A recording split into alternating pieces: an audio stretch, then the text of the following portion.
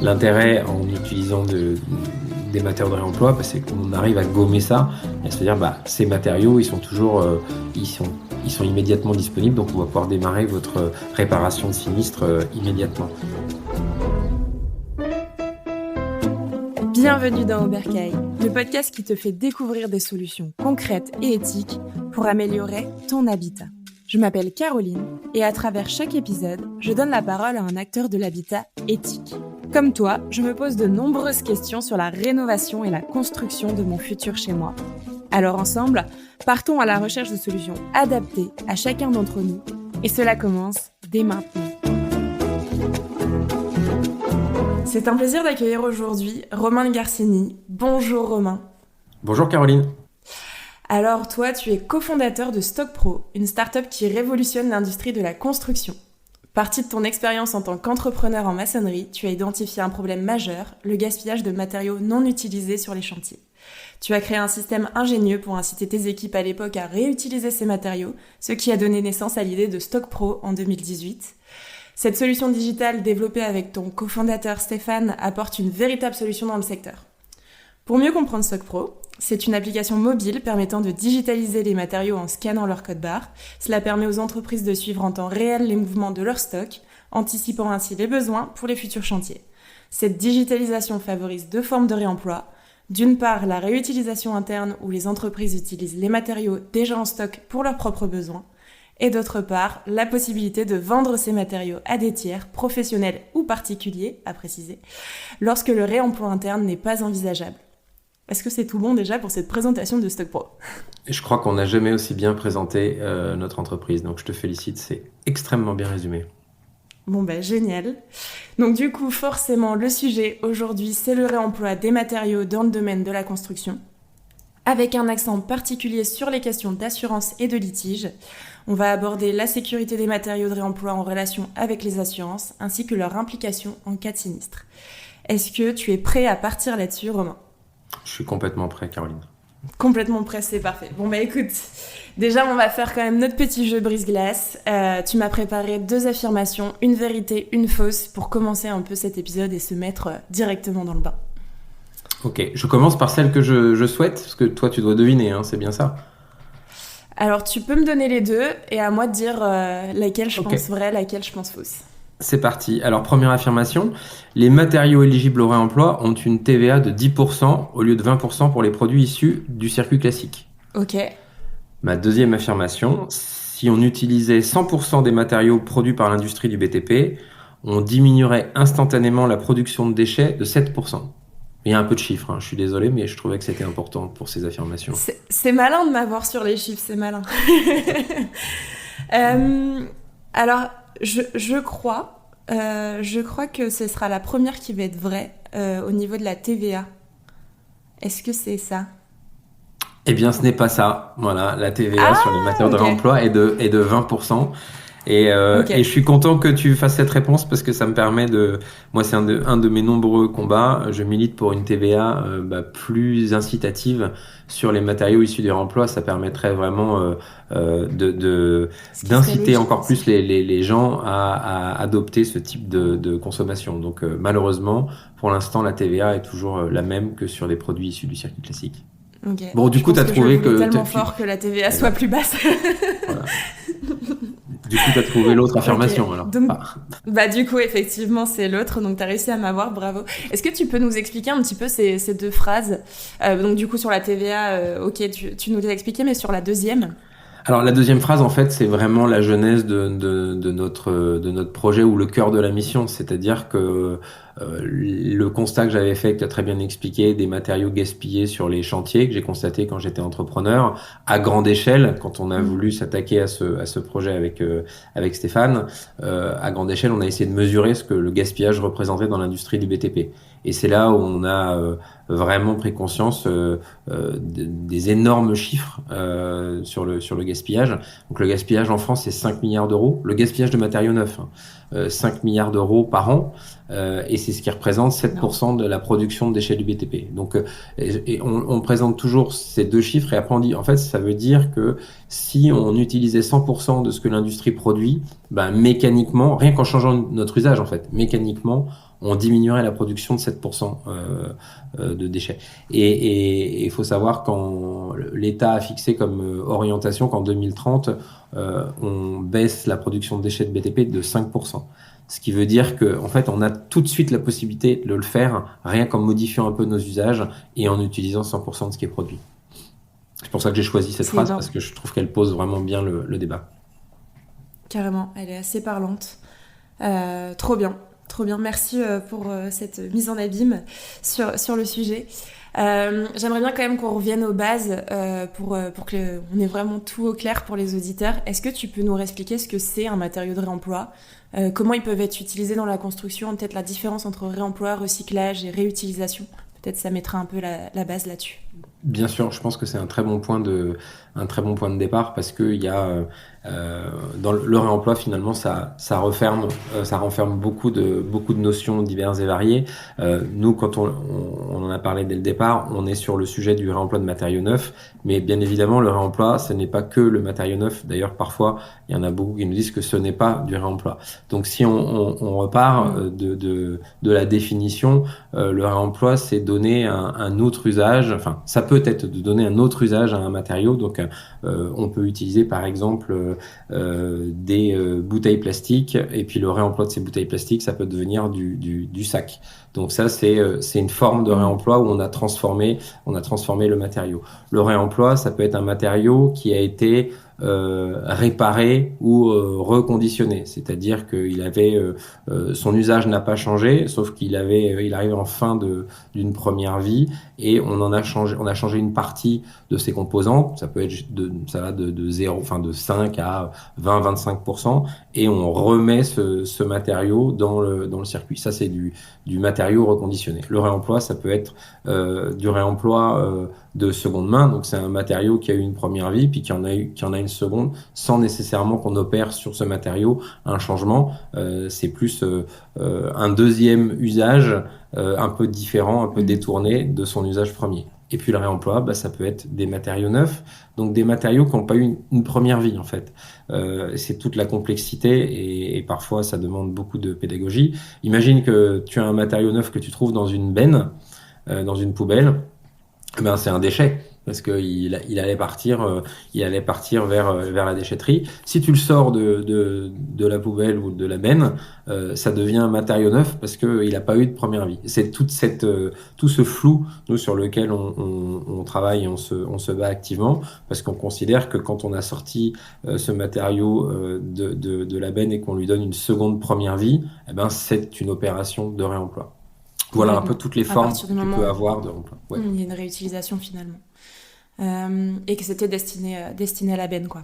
Exactement. Okay. Alors pourquoi nous on s'est concentré sur le matériau neuf, parce qu'on pourrait me dire mais en fait on pourrait tout de suite opérer une action dans les différentes formes que j'ai décrites juste avant.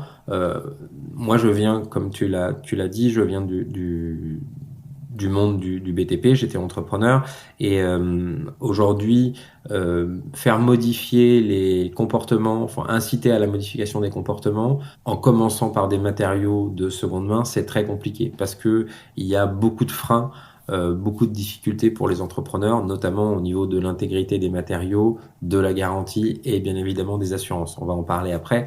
Et du coup, on s'est dit pour que on puisse déjà apporter une réponse à toutes ces objections du réemploi qui sont nombreuses, il faut qu'on commence notre mission par des matériaux assez simples qui permettent de répondre à toutes ces objections. C'est pour ça qu'on a fait le choix des matériaux neufs. Et déjà avec des matériaux neufs, on a beaucoup de difficultés à faire évoluer les mentalités de cette industrie qui est assez lente à faire bouger. Il y a des exigences qui font que c'est peut-être un peu plus dur dans les mœurs à faire évoluer, quoi. Oui, tout à fait. Avant d'aller sur le plan justement qualité et sécurité des matériaux, j'aimerais quand même qu'on repose les bases. C'est quoi vraiment l'avantage ou les inconvénients, les avantages ou les inconvénients d'utiliser ce genre de matériaux ? Qu'est-ce que ça apporte ? Alors les inconvénients, commençons par les inconvénients. Les inconvénients, Allez. c'est que il n'y a pas nécessairement la quantité que l'on souhaite, puisque on ne vend, on ne met en vente que ce dont on ne veut plus. Donc, quand on est acheteur et quand on a besoin, on n'a pas ce confort d'avoir une profondeur de quantité, je dirais infinie entre guillemets, et un catalogue très diversifié. C'est la promesse d'ailleurs d'un distributeur professionnel. Un distributeur professionnel, il garantit à ses clients un catalogue de référence dans le temps et des quantités illimitées. C'est tout l'inverse dans leur emploi. On ne maîtrise pas le catalogue, donc c'est vraiment des achats d'opportunités et on n'a pas non plus la possibilité de s'engager sur une quantité à livrer. Donc ça, je dirais que ça, c'est les inconvénients. Les avantages, il y en a plein. Les avantages, c'est que la disponibilité immédiate des produits. Ouais. Aujourd'hui, on parle beaucoup de pénurie de matériaux. On a vu qu'avec les conflits géopolitiques, le Covid, la chaîne logistique finalement, elle n'était pas si robuste que ça. Et quand on fait venir des produits de Chine, on peut se retrouver finalement en rupture de production parce que il n'y a plus la possibilité de faire venir les produits. Le gros avantage du réemploi, c'est que le matériau, il est là. Il est sur le territoire français, il est dans un stock, il est dans un dépôt, il est présent et donc en 24 heures ou entre 24 heures et quelques jours, on peut le récupérer. Ça, c'est un très très gros avantage. Évidemment, le prix, puisque comme on est sur des matériaux de seconde, première vie, il y a toujours une décote au niveau du prix. Je dirais que nous, sur notre plateforme, la décote moyenne qu'on observe, c'est de 67%. 67% par rapport au prix Ah, public. c'est quand même Donc ça assez, fait, c'est quand même très intéressant. c'est Euh, assez et conséquent quand puis, même, ouais. ouais. Et puis l'autre avantage, et non des moindres, pour recoller à notre sujet, c'est la garantie. C'est-à-dire que comme le matériau est neuf, il y a cette garantie du matériau qui ne met pas à risque finalement l'entreprise qui va mettre en œuvre le matériau. Ok, parfait, comme ça j'ai ma transition. Du coup, comment on s'assure que les matériaux de réemploi sont sûrs et conformes aux normes de sécurité? Au niveau de la qualité, au niveau de la sécurité du matériau, comment on peut s'en assurer et se dire ok, c'est bon, je peux y aller, les yeux fermés, tout est bon? Ça, c'est une très bonne question et c'est très complexe finalement parce que ça dépend. C'est une chaîne, hein, donc ça dépend. Faut vraiment Mm. sécuriser tous les maillons de la chaîne. C'est aussi la raison pour laquelle nous, on a un sourcing qui est 100% professionnel, 100% B2B. En tant que particulier, je ne peux Mhm. pas mettre mon matériau sur StockPro. Je peux le mettre sur le Bon Coin, par exemple, mais je ne Mm. peux pas le mettre sur StockPro. Parce que nous, dans notre promesse, quelque part, on veut s'assurer de la traçabilité du matériau, de sa qualité et des garanties associées. Alors, comment ça marche la garantie d'un matériau si j'essaie de donner un peu quelques notions. Dans un circuit de distribution traditionnel, par exemple, un Point P, un Raboni, un Sonepar, voilà, des distributeurs qui sont 100% B2B. Eux achètent des produits auprès de fabricants. Les fabricants livrent les produits chez le distributeur. La date de garantie de ces produits démarre à la date de livraison du matériau chez le distributeur. Et la garantie, elle est de 2 ans. Ça veut dire que quand on achète le matériau Mm. chez ce distributeur, pendant 2 ans, il est garanti. Si un de ces distributeurs, par exemple, met ce matériau en vente sur notre plateforme parce qu'il le considère comme obsolète et il veut s'en débarrasser et que plutôt que de le détruire comme il le faisait avant, il décide de lui offrir une seconde première vie, eh ben on aura comme garantie sur ce matériau la période restant à courir. Donc s'il est mis en vente sur notre plateforme avant les 2 ans, il restera Ok. une garantie à choix. Si en revanche c'est postérieur aux 2 ans, eh ben là, le produit, entre guillemets, n'est plus garanti. Et c'est là où nous, on prend le relais et on est en train de travailler avec une compagnie d'assurance pour proposer, quelle que soit la date finalement de l'âge du produit, on va proposer une extension de garantie de 12 mois sur la totalité des produits. Ça, c'est vrai pour Les matériaux. les distributeurs. Pour les fabricants, Ok. légalement, les fabricants, ils sont toujours obligés de garantir leurs produits. Donc, si un fabricant vend un produit sur notre plateforme, il y a toujours une garantie associée. Et puis la troisième source, c'est là où on a commencé, c'est vraiment le berceau de notre histoire, c'est l'entreprise de construction. Donc quand l'entreprise de construction vend un matériau, bah, ça suit à peu près la même règle que pour le distributeur. Il faut qu'on connaisse la date d'achat ou la D'achat. date de livraison de ce matériau chez le distributeur pour voir s'il y a une garantie qui reste à courir. Et ça, c'est une information qui est extrêmement compliquée à obtenir. C'est la raison pour laquelle on a travaillé sur ces extensions de garantie pour en fait, s'affranchir de cette contrainte qui, encore une Mm. fois, est très, très complexe à obtenir. Et ce qui est assez rigolo et paradoxal, c'est que quand un client entreprise va chez son distributeur, finalement, il lui demande jamais cette date de garantie. Mais en revanche, quand on est sur le réemploi, Non, tout de suite, c'est un suivi administratif qui qui est... est, qui est pas du tout, qui est pas du tout proposé. Mais en revanche, en réemploi, je sais pas pourquoi, il y a tout de suite ce réflexe garantie et assurance Mm. qui survient parce que je pense que dans la tête des gens, le réemploi, très souvent, des consommateurs, c'est associé à un produit ancien, un produit obsolète, un produit défaillant. Mm. Alors qu'on le voit bien, il y a énormément de matériaux ou de produits qui sont en réemploi et qui sont qui ont exactement la même Aussi intégrité performant. qu'un produit issu du circuit classique. Il y a un vrai biais psychologique aussi, je pense, là-dessus, à travailler sur le principe du réemploi, que ce soit même du réemploi lié à des particuliers, où on réutilise des matériaux. Si le matériau n'a pas été touché dans sa structure ou chose comme ça, il a tout autant de performance qu'un autre matériau, quoi.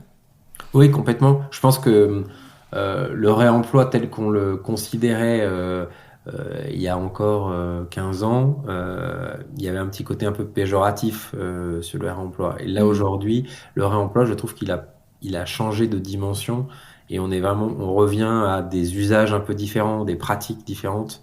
Où on se dit tiens en fait ça renvoie à sa manière de consommer, sa manière d'être plus raisonnable.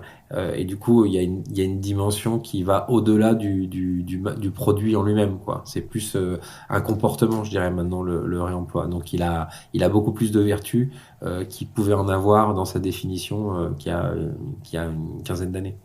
Qui avait quelques années, ouais, complètement.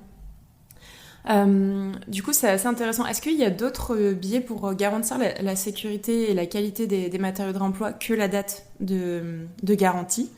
Est-ce qu'il y a d'autres moyens de, Alors, de se fier à ça ou pas? oui, il y a les normes, normes NF, normes CE, c'est-à-dire que quand un produit est Mhm. vendu, il doit toujours être aux normes. Euh, je prends par exemple les tubes fluo. Aujourd'hui, un tube fluo, c'est interdit. On a changé la norme pour des raisons de Mm. législation. Donc, quand on va dans des bureaux, des anciens bureaux qui ont des tubes fluo, normalement, on n'a plus le droit d'avoir des tubes On n'a plus fluo. le droit, Ça, ouais. il a été démontré que ça abîmait les yeux des personnes qui étaient dans ces environnements. Donc, le produit, le tube fluo peut toujours être neuf. Il a jamais servi. Il n'empêche qu'il est plus, il Utilisable. est plus apte à la vente ou il est plus utilisable. Mm. Donc, bah, ça, naturellement, ça peut pas être vendu. Tout ça, c'est des filtres qu'on met en place pour évidemment proposer que des produits qui répondent aux normes en vigueur, soit aux normes F, soit aux normes CE. Ça, c'est le premier point. Après, on a parlé de la date de garantie qui démarrait au moment de la date de livraison du matériau par le fabricant chez le distributeur. Il y a une autre date Mhm. pour certains autres produits, c'est la date de DLU. Donc c'est la date limite d'utilisation, Ok. parce que pour certains produits, notamment issus de la chimie du bâtiment, c'est un peu comme les yaourts, L'école. hein. Voilà, Mm. les cols, ils ont une date, Mm. donc on est tenu de vérifier la date, et bien évidemment, on ne peut pas vendre un produit dont la DLU est expirée. Et ça, c'est un point qui est assez intéressant parce que nous, on a mis en place des vrais partenariats hyper vertueux avec des clients sur justement la DLU. Quand la DLU passe un certain seuil, le produit n'est plus vendu, n'est plus vendable dans un circuit de distribution traditionnel parce que ça prend trop de temps. Mais en revanche, on peut les mettre sur notre plateforme à des prix hyper attractifs, et ce qui permet une rotation rapide de ces matériaux et d'éviter de les détruire, puisque quand la DLU a expiré, il n'y a plus beaucoup de solutions que la destruction de ces produits. Ok, trop bien. Donc 2 dates en fonction et les normes qui peuvent servir aussi un petit peu de garantie par rapport à ces matériaux de réemploi. Exactement. Pourquoi ça peut être intéressant, je sais qu'on en a discuté un peu, mais pourquoi ça peut être intéressant d'utiliser des matériaux de réemploi pour réduire les coûts de construction quand il y a un sinistre, quand on a un litige, quand il s'est passé quelque chose pour nos logements? Alors pourquoi ça... Déjà, je dirais que la première chose, c'est encore une fois, philosophiquement, le réemploi est toujours l'option d'abord à privilégier. Aujourd'hui, c'est pas encore dans nos réflexes, hein.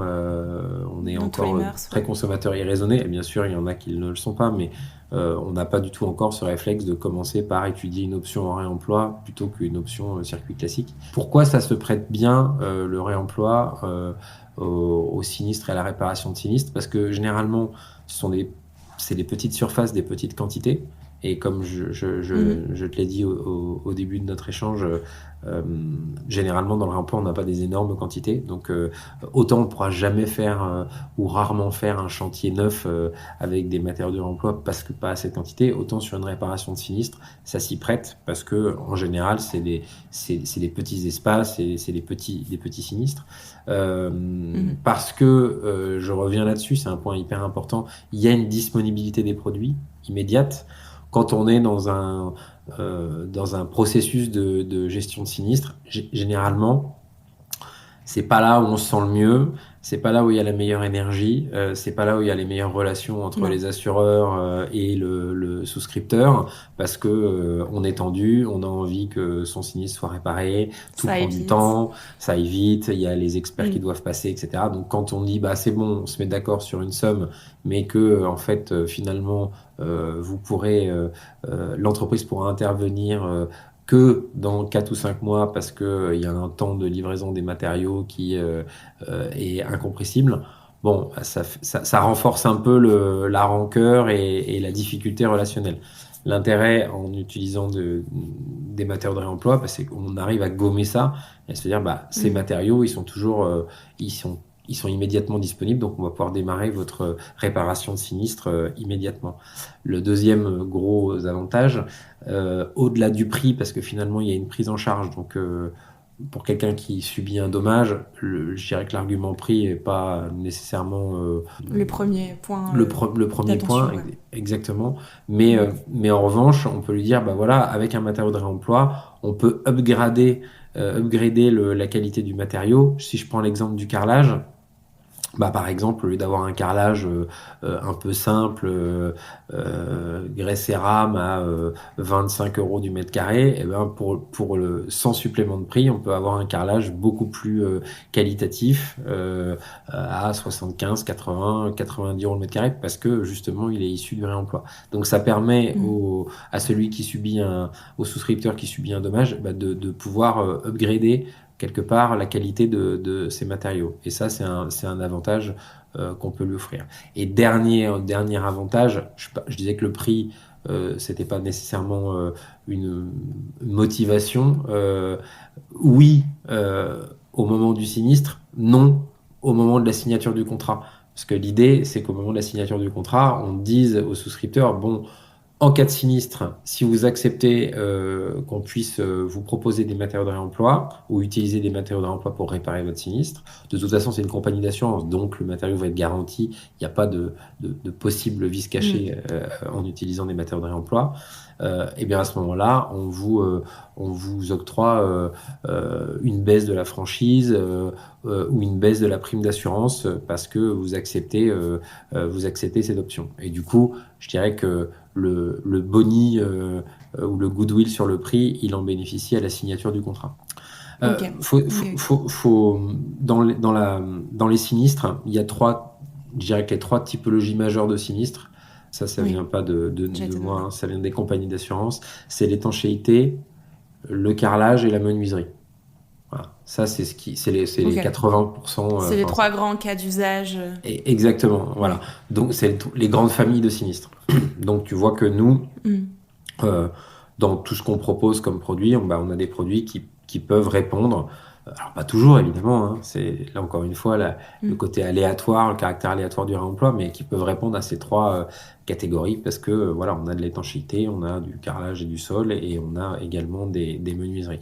Mais déjà, si on arrive à répondre à une partie de ces besoins lors de sinistres, bah, on aura fait un premier pas sur l'usage des matériaux de réemploi qui est fait par le consommateur. Donc il y a un gros sujet, il y a un gros sujet sinistre et assurance parce qu'il y en a malheureusement beaucoup chaque année. Donc ça permet Ouais. vraiment d'avoir des opportunités de réutilisation D'ouverture très vers le fortes. Ouais, réemploi. Mm. exactement. Mm. Complètement. Euh, alors, de ton expérience et un petit peu des discussions que tu peux avoir, comment c'est perçu aussi côté assureur sur la qualité et la sécurité des matériaux? Est-ce que c'est facilement accepté? Est-ce que c'est en voie de changement? Est-ce qu'il y a des discussions qui sont ouvertes ou pas? Ou est-ce qu'il y a déjà des choses de mise en place? Alors, il y a beaucoup de réflexions. Moi, Mm. j'interviens pas mal auprès des compagnies d'assurance. Alors, pour l'instant, j'interviens un peu comme speaker, mais j'aimerais bien intervenir plus comme doer. Mm. Mais c'est un bon départ. Je pense qu'ils ont complètement conscience du sujet. Après, on va pas demander à un assureur de prendre des risques, hein. Donc, c'est pas possible, c'est pas dans sa nature. Et on en est un Bah, peu, on oui. en est un peu là, quoi. On en est un peu là. Aujourd'hui, Mm. faut savoir que quand tu es une entreprise de BTP et que tu souscris ton contrat d'assurance, donc tu as décennal, puisqu'on a une spécificité, nous, en France, c'est qu'on a un contrat d'assurance décennal, donc on assure les ouvrages que l'on construit pendant 10 ans. Ce Mhm. qui est, je crois qu'on est un des seuls pays en Europe à avoir cette À faire obligation-là. aussi longtemps. Exactement. Quand tu utilises un matériau de réemploi dans ton chantier, cette utilisation n'est pas considérée comme une technique courante. C'est une technique non courante. Ça veut dire que tu dois déjà faire une déclaration auprès de ton assurance pour dire sur ce Mm. chantier, je vais utiliser tel et tel matériau en réemploi. Et ça, c'est considéré comme technique non courante. Autant te dire que ça, déjà, de base, c'est un frein qui rebute, et c'est normal, hein, beaucoup, beaucoup d'entreprises de BTP. Ce qui est très étonnant, c'est que je prends souvent cet exemple des tuiles dans le sud-ouest. Dans le sud-ouest, quand un couvreur fait un chantier, il va chercher des anciennes tuiles qu'il a sourcées sur des vieux bâtiments, il va les récupérer et il va les mettre sur son nouveau bâtiment. Et ça existe depuis tout temps, et ben c'est considéré comme une technique courante. On a jugé que c'était pas du réemploi. Pour autant, prendre Ok. une ancienne tuile sur un toit d'une Pour bergerie la et puis replacer. pour la replacer sur une autre ferme, bah, ça reste du réemploi. Donc, et c'est là où on voit que les choses sont pas complètement claires Il y a des petites incohérences, oui. exactement. Donc, Mm. le premier travail que va devoir faire l'ensemble du secteur des assurances, bah, c'est de revoir un peu ces techniques non courantes pour intégrer le réemploi dans je dirais, le contrat classique d'assurance décennale. Déjà ça va être un verrou qui va sauter et qui va permettre à l'ensemble des entreprises de naturellement, sans se poser la question de est-ce que si j'utilise ça comme matière de réemploi, je suis couvert ou pas couvert par ma compagnie d'assurance. Si déjà elles ont pu à se poser cette question, on aura fait un premier un Un grand premier pas, pas. ouais, c'est clair. Exactement. Donc ça, je dirais que c'est sur les travaux de neuf et de réhabilitation. Donc c'est la première grosse partie que couvrent les assurances. Puis après, on a la partie sinistre dont on a parlé. Donc avant qu'il y ait un Mm. sinistre, il faut d'abord faire les travaux en neuf ou en Oui. réhabilitation. Et après, évidemment, tu peux, pas toujours, mais tu peux connaître un sinistre. Et là, je dirais que pour que ça fonctionne, eh bien, il faut mobiliser l'ensemble des acteurs, évidemment les compagnies d'assurance. Et je suis pas complètement convaincu qu'il y en a une qui va bouger sans que toutes les autres bougent. J'ai vraiment l'impression que il faut que l'ensemble de la profession décide de le faire. Et dans ces contrats, c'est ce que je te disais sur les avantages, Mm. intègre cette nouvelle pratique dans le contrat et dans l'offre commerciale. Et puis ensuite, il faut embarquer tous les économistes qui font en fait et les experts qui interviennent Sur le lieu. sur site, sur le lieu du sinistre, Mm. pour proposer à chaque fois cette alternative-là. Et puis, dernier maillon, c'est l'entreprise, parce que l'entreprise, forcément, il faut aussi qu'elle ait un intérêt à utiliser des matériaux de réemploi, parce que si elle n'est pas, d'une manière ou d'une autre, intéressée ou incitée à le faire, bon, elle va rester sur Mm. ses basiques et sur ce qu'elle sait faire, et elle va aller chercher des matériaux issus du circuit classique. Oui, on va tout chercher plus ou moins la simplicité, donc il faut rendre le circuit le plus simple possible de base, quoi. Mm. Exactement. Ça existe dans d'autres secteurs, hein. Par exemple, Mm. dans le secteur automobile. Aujourd'hui, quand euh, tu as un sinistre, j'espère que ça t'est pas arrivé, mais si c'était arrivé, tu l'as peut-être Je croise les expérimenté. doigts, non? Si t'as un sinistre, moi ça m'est déjà arrivé, un sinistre avec mon véhicule, euh, ta compagnie d'assurance dit bah voilà, si vous utilisez par exemple sur l'aile qui a été un petit peu cabossée, si vous utilisez une aile issue d'une casse ou qui provient d'un circuit réemploi et pas directement du fabricant, vous avez une décote de X sur sur votre franchise. Et Sur ça marche. malus. Sur le malus, Oui. exactement. Mm. Ça Mm. marche très très bien. Donc, c'est des pratiques qui existent déjà au sein de compagnies d'assurance. Donc, elles sont tout à fait applicables. Alors, il y a des spécificités métiers, évidemment, À hein, qu'il faut d'autres prendre en compte, secteurs. mais elles sont tout à fait Oui, applicables oui. à d'autres secteurs. Et c'est là où c'est peut-être intéressant justement d'aller voir ce qui se fait dans d'autres secteurs et de rassembler un peu les pratiques et de les adapter, comme tu dis, puisqu'il y a des spécificités métiers, mais c'est là où il y a un vrai débat à avoir pour sensibiliser tout le monde, quoi. Mm. Complètement. Est-ce qu'il y a des choses ou des bonnes pratiques en tant que particulier justement à penser à déclarer? Alors tu m'as parlé en cas avant travaux, tout ce qui est technique non courante, déclaration. En cas de sinistre, est-ce qu'il y a des choses à penser à déclarer? Est-ce que je sais pas s'il y a prendre un exemple de cas d'usage et puis se dire peut-être de partir de ça. Alors, est-ce qu'il y a des choses déjà pour un particulier, il faut déclarer tout de suite. Mhm. Parfois, on se dit qu'il faut pas déclarer, enfin que ce n'est pas forcément nécessaire de déclarer. C'est pas du tout pour cacher quelque chose, hein. Alors, je peux bien t'en parler parce que ça vient de m'arriver. Ah bah. Dans mon précédent logement, j'ai eu un dégât des eaux qui n'était pas de mon fait, qui était lié à des travaux qui avaient été mal exécutés. J'ai pas déclaré le sinistre en disant maintenant c'est pas moi parce que c'est l'entreprise qui a fait les travaux. J'ai réparé parce que je suis bricoleur et voilà, donc j'ai fait ce qu'il fallait. J'étais pas propriétaire de cette maison, j'étais locataire et le propriétaire ou l'agence m'a dit bah attendez là le parquet ça va pas, il y a une petite différence. Montrez-moi la déclaration. Je dis, bah, j'ai pas fait de déclaration, alors que j'avais prévenu, hein, donc j'avais déclaré, je dirais, à l'agence, Oui. au propriétaire ce De qui s'était façon non passé. officielle, on va dire. Oui, Exactement, mais ok. pas auprès de ma compagnie d'assurance, estimant que c'était pas, ça ne relevait pas de la responsabilité, de ma responsabilité, donc de ma compagnie d'assurance. Et ben ils m'ont expliqué qu'il fallait que je subventionne la réparation du parquet. Voilà. Donc, mon premier Oui, conseil, déclaré. un sinistre, on déclare. Et on ouvre en fait le dossier. Et après, la compagnie d'assurance, elle fera, c'est son travail finalement d'établir les responsabilités de chacun, soit celle du souscripteur, soit d'une entreprise, soit d'un tiers, enfin peu importe. Mais en tous les cas, c'est important de déclarer. C'est pas parce qu'on déclare que c'est mal ou que ça va nous coûter beaucoup de sous. Déclarer, c'est juste ouvrir juridiquement le litige et faire en sorte qu'il soit traité par la compagnie d'assurance. Donc je dirais que ça c'est le premier point. Et ensuite, je pense qu'il faut éviter de réparer soi-même, hein, parce que ça peut, Même si on ça est peut- bricoleur. même si on est bricoleur.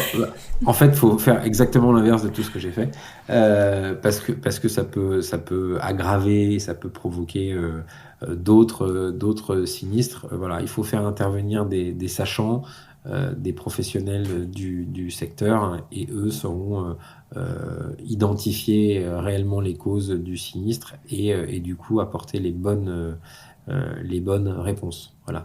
Et après, alors là, je plaide pour ma paroisse, mais je pense que là, quelque part, l'action ou la responsabilité d'un consommateur ou d'un particulier, c'est d'essayer de faire pression sur la compagnie, sur l'entreprise, sur l'expert pour l'inciter pour les inciter à préconiser ou à utiliser des matériaux en réemploi. On voit bien finalement que les grands changements dans la consommation sont toujours initiés par le consommateur.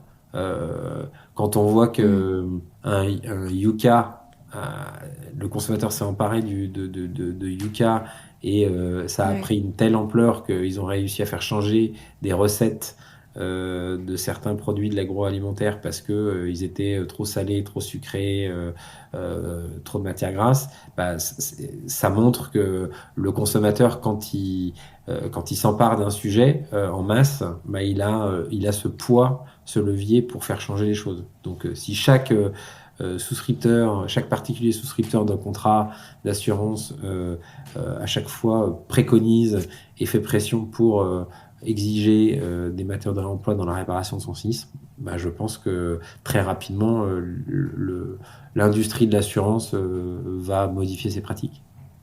Oui, puis c'est surtout lui qui est finalement à la décision finale, hein. Au final, le consommateur, c'est lui qui, à la fin, paye. Donc c'est lui qui a aussi une voix à porter. Et comme tu dis, le cas du cas est un très bon exemple pour vous montrer les changements de consommation. Exactement. Justement, est-ce que tu as d'autres idées alors, ou comment on peut sensibiliser aussi ce grand public aux avantages des matériaux de réemploi dans la construction? Est-ce qu'il y a des bonnes choses qui se font pour sensibiliser ce public-là? Dans le secteur de la construction ou dans de manière générale? Alors, on peut commencer par le secteur de la construction et on peut faire un petit aparté sur le Ouais. domaine général pour finir cette Euh, question. alors, j'ai lu un article il n'y a pas très longtemps sur la méthode Bisou. T'as entendu parler de la méthode Bisou? Ah bah, oui, j'en ai parlé moi-même dans le podcast Ah, et sur Instagram. je connaissais pas et je trouve ça super bien. Ouais. Donc, je vais pas la redétailler, mais je trouve que c'est très intéressant d'avoir ça un peu comme prisme de réflexion quand on se lance dans des travaux ou dans des projets de rénovation. Voilà, ça permet de bien orienter et de bien prioriser ses achats. Enfin, j'essaye. Alors, je suis pas trop militant, donc je suis pas en train de dire que si on fait pas du réemploi, on n'est pas bien, ou si on fait que du réemploi, on est mieux que les autres.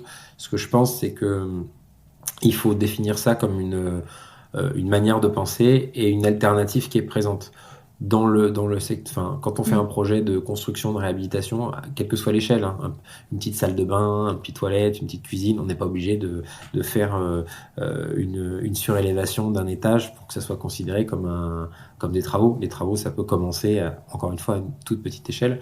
Je trouve que c'est intéressant toujours de se poser la question de est-ce que dans les travaux que je vais initier, On, il peut y on peut avoir rappeler la méthode bisou, hein, Ouais. avec Ah ça. Ouais. tu veux la rappeler ou je la rappelle? Vas-y, hein. Si tu la connais Alors bien, attends, le B mieux que c'est je suis sûr que tu... besoin. Ouais, B c'est besoin. Alors, tu vas me corriger si je me trompe. Voilà, Le B c'est exactement. besoin, le I c'est intérêt, l'intérêt pour soi, est-ce que j'en ai vraiment besoin? Le S c'est... j'ai un trou sur Semblable. celui-là. Semblable. Ouais, si j'ai quelque chose de semblable chez moi. Voilà. Donc, Euh, le... le O, Ouais. origine. Ah, j'ai... Ouais. Savoir d'où ça vient, d'où ça Ça vient d'où provient. ça Et vient. le Est-ce que c'est en U, neuf? Est-ce que c'est c'est l'utilité. réemploi? Et voilà. Et Ouais. le U, c'est l'utilité. Exactement. Et ben, moi, je trouve que c'est une super méthode. Franchement, je suis archi fan. Je l'ai découvert il y a pas longtemps.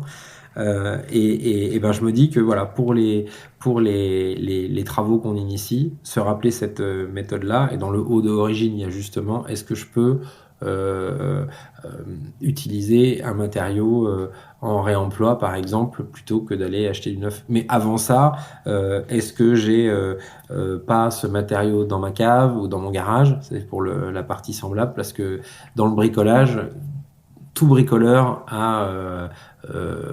ne jette rien, il est toujours un petit peu brocanteur, et donc il a toujours dans son Mm. garage des choses Des qui peuvent chutes être de réutilisées. bois, des... Exactement. Donc, Ouais, je, complètement.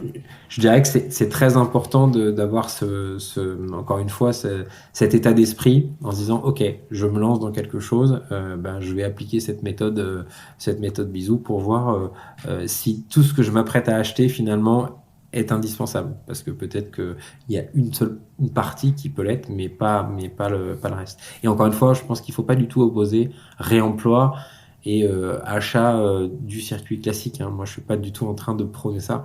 Je dis juste que si on intègre dans notre état d'esprit de prise de décision une petite brique réemploi, bah déjà, on fait un super pas pour diminuer ce gaspillage et contribuer au mieux de notre planète. Donc, allons-y. Complètement. Très beau lancement, j'aime beaucoup. Est-ce que tu vois autre chose à rajouter sur le sujet qu'on n'aurait pas discuté, que j'aurais oublié de te demander? Moi, je pense qu'on a fait un bon tour. On a fait un bon tour sur le réemploi et sur les pratiques d'assurance. Je le redis parce que je suis assez convaincu de ça. Euh, il faut absolument que le souscripteur pose des questions, stimule, relance la compagnie d'assurance Mm. sur ce sujet. C'est par leurs questionnements, leurs actions et leurs sollicitations que les compagnies d'assurance vont modifier leur offre. Moi, je pense qu'on est au tout début et que dans Mm. quelques années, ça sera une pratique usuelle de recourir à du réemploi dans la réparation de sinistres. Et encore une fois, il ne faut pas avoir peur quand on est, même si la réparation d'un sinistre et toute cette gestion du sinistre, c'est pas le moment le plus heureux, parfois même il peut être un peu douloureux. Faut pas avoir peur d'employer un matériau de réemploi. Il y a aucun risque. Encore une fois, c'est une compagnie d'assurance qui le proposera, donc il y a pas de différence dans la réparation du sinistre à utiliser un matériau issu du réemploi d'un matériau issu du circuit classique. Ok, oui, c'est vraiment même combat, quoi. Même Exactement. usage, surtout, et qualité. Trop bien. Et ben écoute, je pense qu'on a fait un bon petit tour. Ce que je te propose, c'est de passer directement à la phase action. Ok, allons-y alors, c'est quoi la phase action? Je profite de cette coupure, tu te demandes peut-être comment soutenir notre travail sur Obercaille. Déjà, tu peux noter ce podcast. C'est un moyen simple mais crucial pour atteindre un public plus large. Sur Apple Podcast ou iTunes, on t'invite à laisser une note et un commentaire. Et si c'est sur Spotify, tu peux également nous soutenir en partageant ce podcast en story et en nous taguant sous le nom Obercaille-Média. On compte sur toi. Et maintenant, retour à notre intervenant.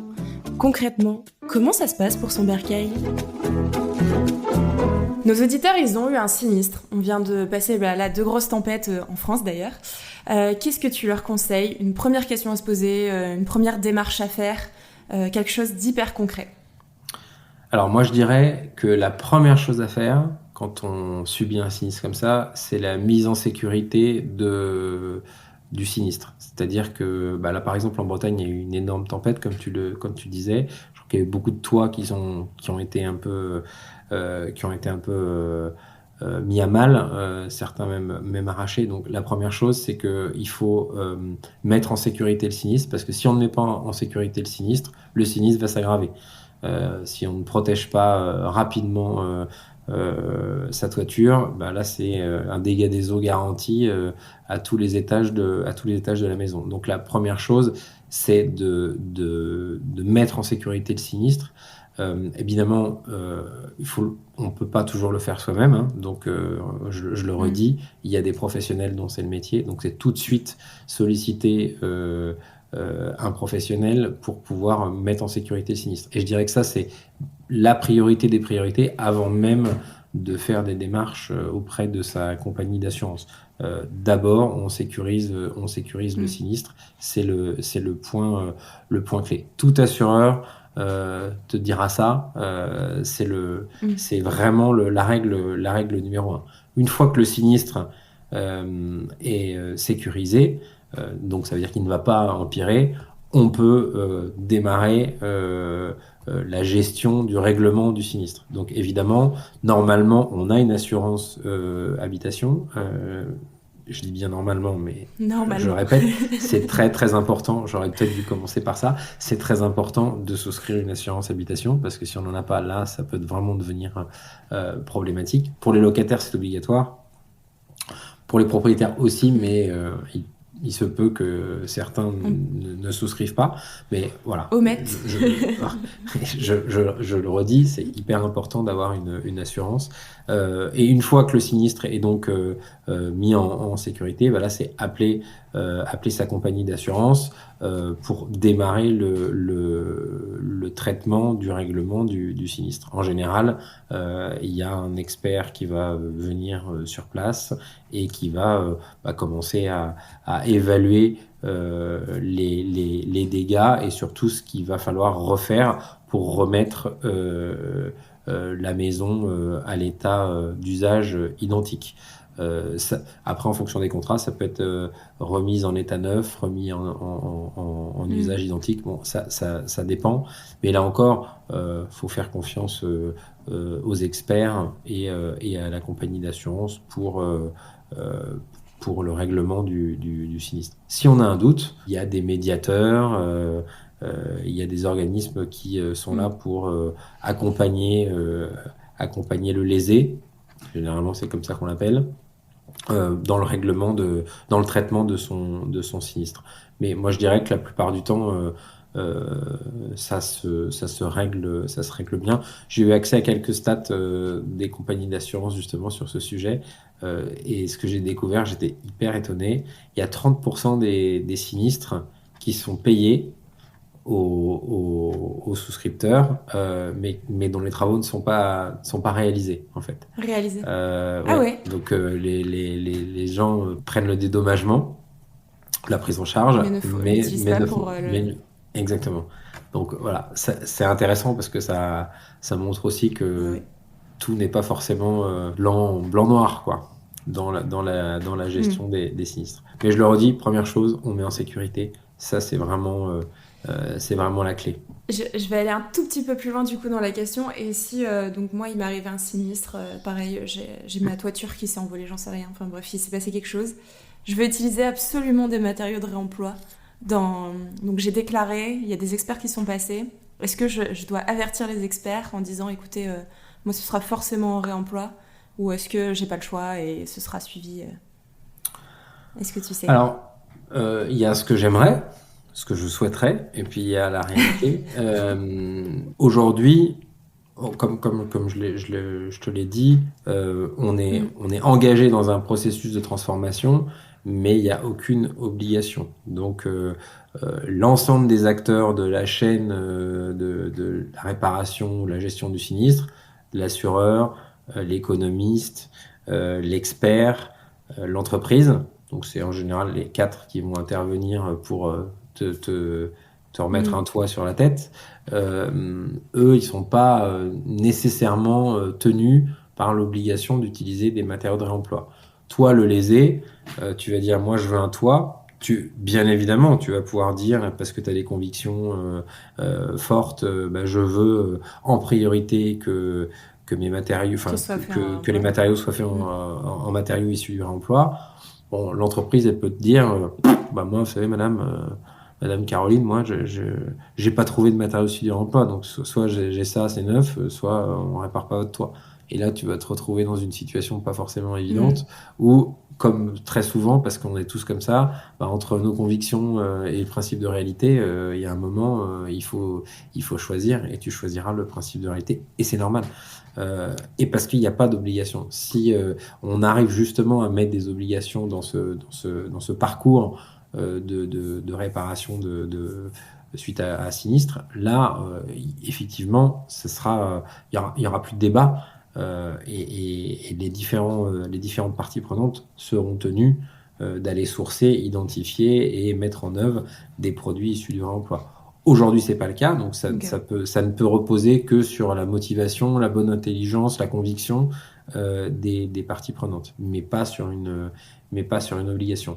Mais c'est pas parce que je dis ça qu'il faut surtout pas le dire et le demander, parce qu'encore une fois, c'est en stimulant ces différents acteurs avec ce type de demande que l'on va accélérer la transformation des pratiques.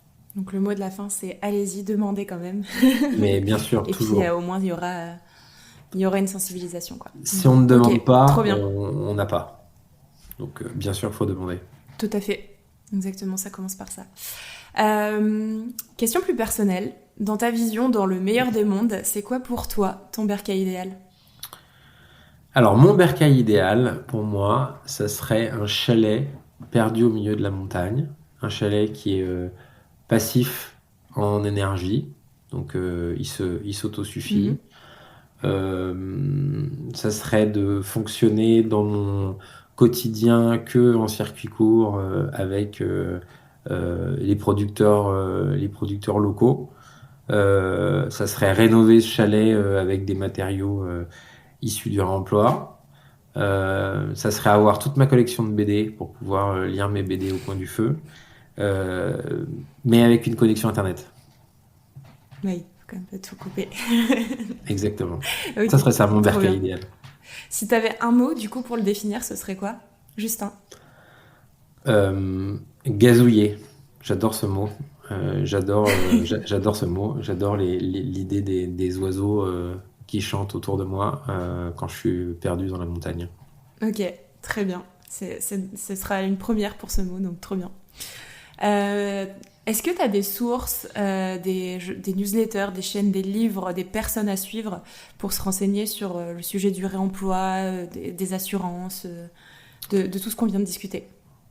Alors, j'ai des sources pour ce qui est sur les assurances, les garanties. Il y a pas mal de choses sur l'ADEME, donc j'encourage. C'est très bien fait, le site de l'ADEME, et il y a beaucoup de choses. Et en général, les sources sont bien vérifiées. Nous, on a fait quelques articles sur notre blog. Donc, je cite notre source, mais je trouve que là aussi, c'est bien fait. Après, sur le sujet un peu plus large, parce que les assurances, c'est une petite partie du sujet global du réemploi. Moi, dans les livres là qui m'ont bien plu, que je recommanderais, c'est un livre qui s'appelle Change ton monde, de Cédric Héroux. Je trouve que c'est un super livre sur l'action individuelle, la prise de conscience et la possibilité, quand on est animé par des convictions, de faire changer les choses à grande échelle.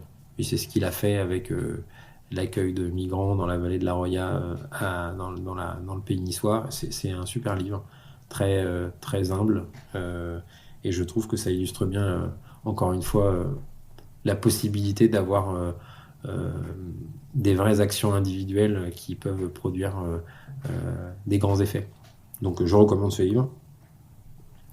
Et dans les personnes qui m'inspirent, mais c'est pas forcément que sur le réemploi, c'est qui m'inspirent en général, moi je recommande d'aller lire des écrits de Amanda Gorman. C'est une poétesse américaine. Elle a un compte Instagram, et je trouve que un petit poème de temps en temps, ça fait du bien. C'est les petits bonbons comme ça qui font réfléchir, des petites capsules. Je trouve que ça apaise, et et ça redonne un peu d'énergie. Parfois, on en a besoin vu tous les challenges qui nous attendent. Donc, ça permet d'être de prendre un peu d'inspiration. Trop bien. J'irai suivre, je connais pas du tout. J'irai voir ça juste après. Trop bien. Merci beaucoup. Merci Romain pour ce moment. C'était trop chouette de faire le tour de ça. C'était un sujet qu'on n'avait pas encore évoqué dans le réemploi, donc c'était important de le mettre en avant. Où est-ce qu'on peut te contacter, te retrouver si on a envie de suivre déjà Stock Pro, de suivre un peu ton travail, etc. Alors, pour contacter Stock Pro, il faut aller sur notre site internet www.stock-pro.fr. Ça, c'est pour voir tout ce qu'on fait, nos offres, etc. Là, vous pourrez avoir accès à plus d'1 million de produits en réemploi. Donc, pour ceux qui ont des sinistres ou pas, d'ailleurs, il y a plein de produits de produits à découvrir. Et pour me contacter par LinkedIn, c'est là où je suis le plus facilement joignable, ou par mail, très simple. Mon adresse, c'est romain@stock-pro.fr. Donc, moi, je réponds toujours, quelles que soient les demandes. Je trouve qu'on avance grâce aux rencontres et aux échanges qu'on peut avoir. Donc, je suis toujours ouvert à une bonne discussion et un bon échange. Ça permet encore une fois de s'oxygéner et puis d'apprendre, parce que finalement, c'est ça qui nous fait avancer. C'est ça la quête, complètement. Merci beaucoup Romain, merci à toi pour merci ce Caroline. C'était mon premier podcast, c'était très sympa. Merci aussi pour cette discussion. Trop chouette. Et puis j'ai plus qu'à dire à tous nos éditeurs, à très bientôt dans vos bercailles. Merci d'avoir écouté l'épisode jusqu'au bout. C'est l'heure du bilan. Voici les 3 choses principales à retenir. Si j'avais 3 choses à retenir, ce serait que les matériaux de réemploi offrent des avantages considérables, notamment sur la disponibilité immédiate, des coûts réduits par rapport aux matériaux neufs et sur les enjeux environnementaux. Il s'agit d'une option viable pour réduire les coûts de construction en cas de sinistre. Il faut notamment faire attention à tout ce qui est date de garantie, date de péremption, vérifier les normes, CE, NF, etc. Ensuite, les particuliers ont aussi un rôle essentiel à jouer en demandant à leur compagnie d'assurance d'utiliser des matériaux de réemploi pour réparer les sinistres. Cette démarche contribuera à changer les pratiques de l'industrie de l'assurance et à promouvoir le réemploi dans la construction.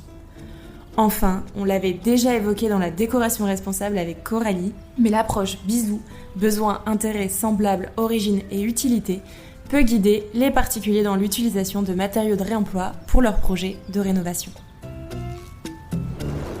Bon, tu le sais déjà, mais un dernier rappel. Si tu as aimé cet épisode, tu peux nous soutenir en laissant 5 étoiles sur Spotify et Apple Podcasts, et en laissant un commentaire pour nous dire ce qui t'a plu et les sujets que tu souhaiterais voir abordés dans nos futurs épisodes. Allez viens, construisons nos bercailles ensemble. Ta voix compte et tes idées sont hyper précieuses pour faire évoluer ce média. Merci d'être là, merci de nous écouter et surtout merci de contribuer à cette belle communauté. Prends soin de toi et à bientôt dans ton bercail.